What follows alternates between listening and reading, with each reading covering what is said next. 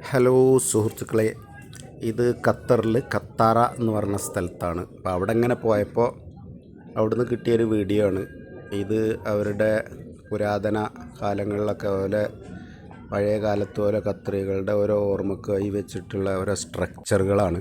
ഇത് ദൂരത്തുനിന്ന് കണ്ട ഒറിജിനലാണെന്ന് വിചാരിക്കും.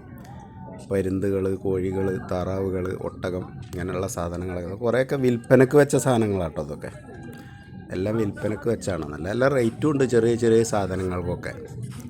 ഇപ്പോൾ ഓരോ ഖത്തറികൾ വന്നിട്ട് അവിടെ ഇങ്ങനെ ഇരുന്നിട്ട് ഓരോരുത്തുള്ള ഓരോ പുരാതന സാധനങ്ങളൊക്കെ കൊണ്ടുവന്ന് വിൽക്കുന്ന ഒരു മാർക്കറ്റ് പോലെ ഉണ്ടാക്കിയിട്ടുള്ള ഒരു സ്ഥലമാണ്. അപ്പോൾ അത് കണ്ടപ്പോൾ ഒരു ഭയങ്കര ഒരു കൗതുകം തോന്നി. അപ്പം ഇങ്ങനെ എടുത്താണ്. നമുക്ക് സമയം കുറവാണ്.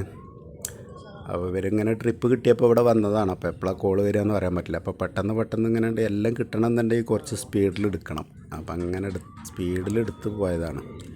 ഇങ്ങനെ ഓല കൊണ്ട് മുടഞ്ഞിട്ടുള്ള കുറേ സാധനങ്ങൾ, പഴയ ടെലഫോണുകൾ, അങ്ങനത്തെ ഫോണൊക്കെ നമ്മുടെ നാട്ടിലുണ്ടായിരുന്നു കുറേ കാലം മുന്നേ. അപ്പോൾ ഒക്കെ എടുത്ത് പോയി. അങ്ങനെ ഓരോരോ സാധനങ്ങൾ, ഇതിലൊക്കെ ഓരോരോ സാധനങ്ങൾ പേര് ഉണ്ടാവും, അവർക്കറിയായിരിക്കും, നമുക്ക് അറിയില്ലല്ലോ.